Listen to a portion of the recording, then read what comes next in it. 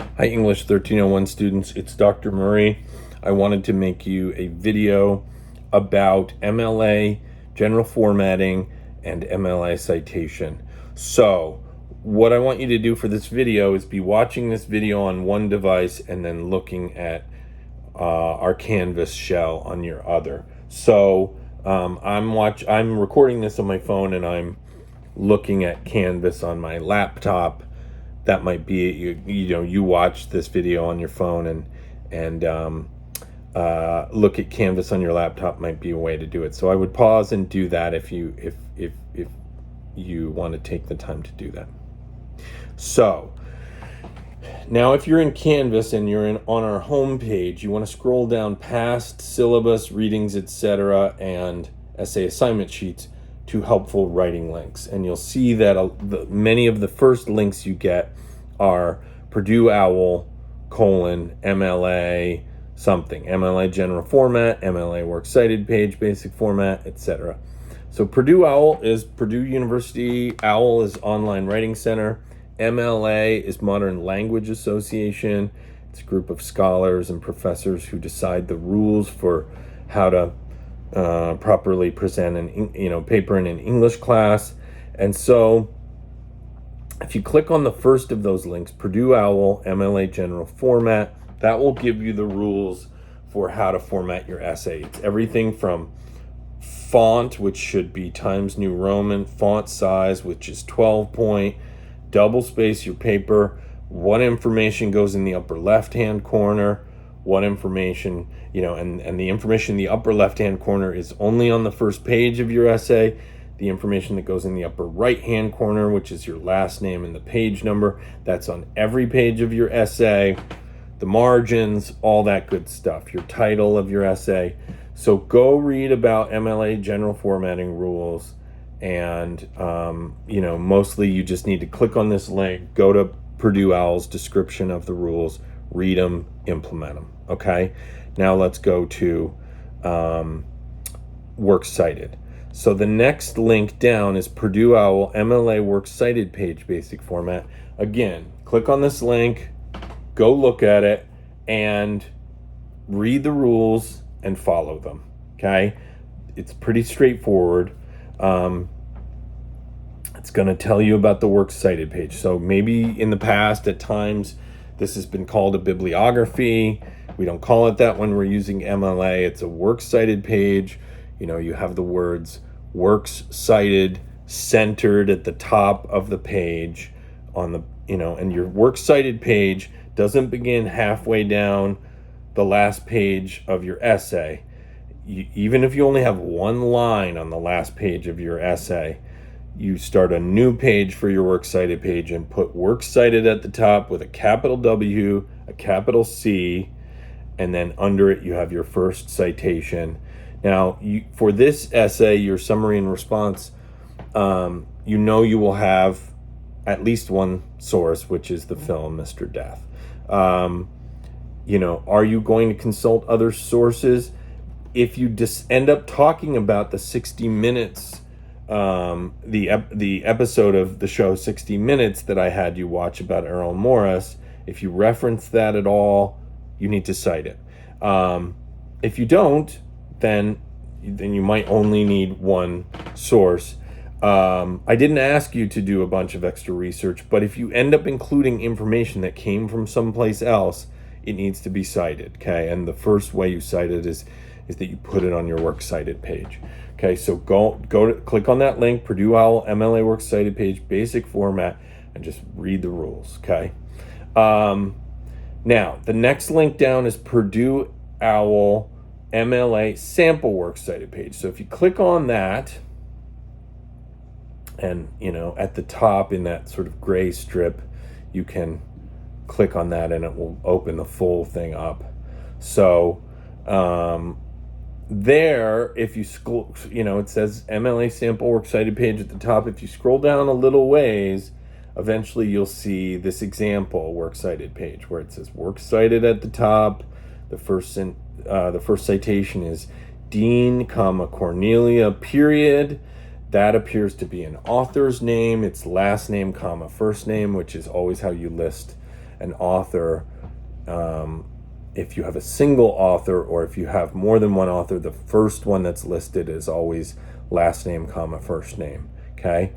And then the next thing we encounter of that source is quotes, and then executive on a mission, etc., and then it has period, end quote, and then in italics after it says the New York Times. So this tells us that what's being cited here is an article from the New York Times, and we know that the person accessed the article, which was written in 2007, but they accessed it online because we've got the web address, and then under the web address it says access 29 May 2019. So we've got the date of when it was first published, but then we've got the date of when it was accessed. And part of the reason you do that is because sometimes the article will be revised since it was first published to when it was accessed, and so that information is relevant.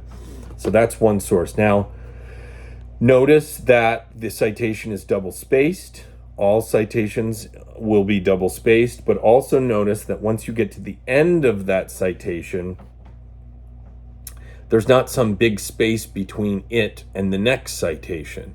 The way you know you're at the next citation is because in the first citation, the first line of it is flush to the left margin, but every subsequent line is indented 5 spaces. We can see May 2007, that line is indented 5 spaces. Access 29 May 2019, that line is indented 5 spaces. Now, the way you indent the lines like that when you have a citation that goes on for more than one line is you do this thing called a hanging indent. How do I do a hanging indent? Well, you highlight the entire citation and then you click the hanging indent feature on your computer.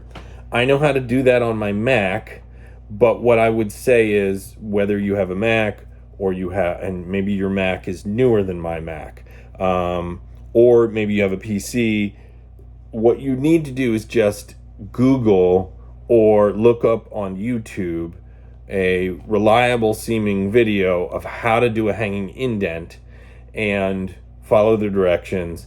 And when you search it, make sure you're searching for whatever kind of computer you have, because sometimes it varies of how you do it.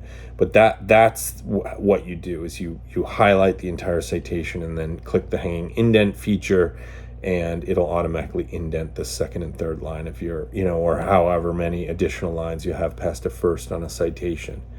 Then once you get to your second citation, the first line of that one will be flush to the left margin again, and that's how you know you're on to another citation. Not because you've numbered them, because you don't number them, not because you have bullet points, you don't have bullet points, not because there's a big space between them, there's not a big space between them, but because you use this hanging indent feature, which will always put the first line of a citation flush to the margin and additional lines indented, okay? Woo, it's a mouthful, you can tell, okay? And it certainly helps if you're looking at the page I'm talking about. If you're just listening to what I'm saying, it's not going to make as much sense. So now then, here's the next thing I want you to do.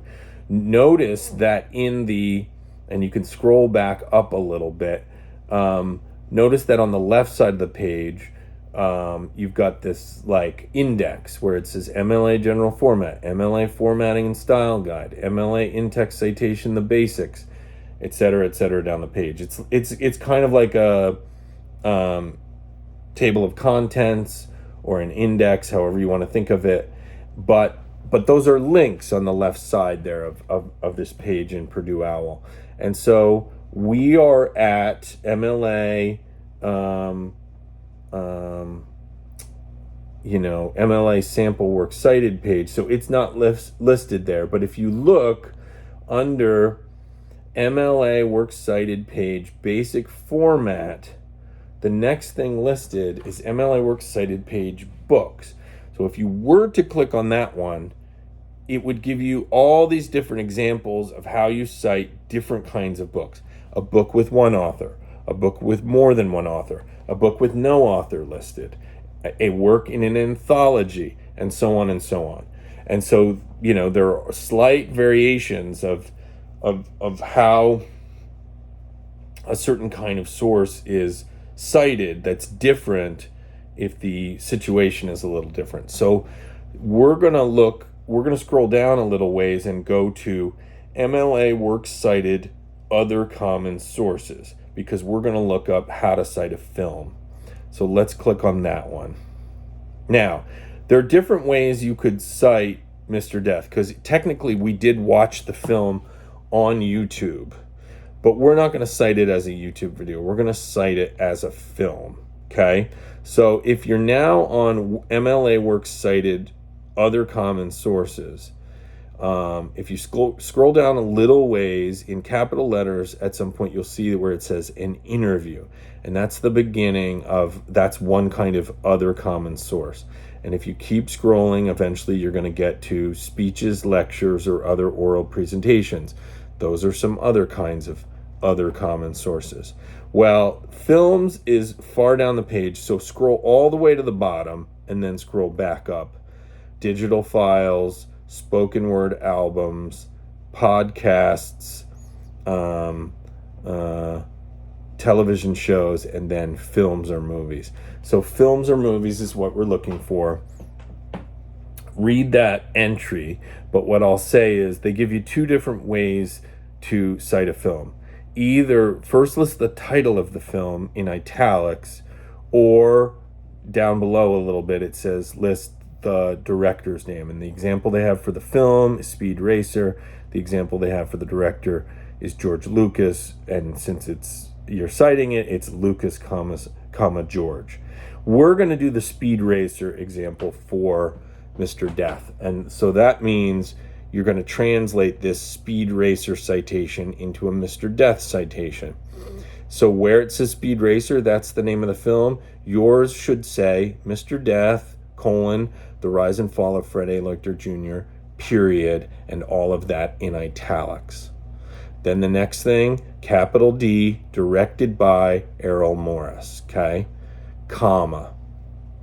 Performances by, now, it's a little funny to say performances because it's a documentary, it's not actors, but what you're essentially saying is people in the film. And so that's where you would list, in alphabetical order, the people that you're going to talk about in your paper. And, just get the main ones, which are Fred Lechter, Ernst Zundel, James Roth, Robert Jan van Pelt, and that would be fine. If you have one other, you can do it, but you don't have to list everybody. And if you list, let's say, 4 people, and there are 3 people you talk about in your paper that you haven't mentioned, Lechter's wife or Shelley Shapiro or somebody else, you can just list 4 of them alphabetical by last name with commas between them, right? Zundel would obviously go last because it's Z. And then you could just put etc. after you've listed 4, because you don't need to list everybody. Then a comma, and where this says Warner Brothers, you want to list what the film company is. Now, I can't remember off the top of my head what that is, but it's on the last page of your assignment sheet. Now I'm opening the assignment sheet because it's right in front of me here. So on the last page of your, I guess second to last page of your assignment sheet, it says Lionsgate Entertainment. That's the production company. Capital L, capital G, capital E, Lionsgate Entertainment, and the year is 1999. And then you put a period, and you got to put commas where they have commas here. But that's essentially how you cite Mr. Death. Now, when it comes to 60 Minutes, it would make sense to, I think with 60 Minutes, it would make sense to cite it as a YouTube video, because I don't know that we have all of the information you would normally have as citing a television show. I've got to end here in a second, but I will say what I haven't yet talked about is in-text citations, but I'm just going to leave it here for now and explain the rest in another video. Thanks.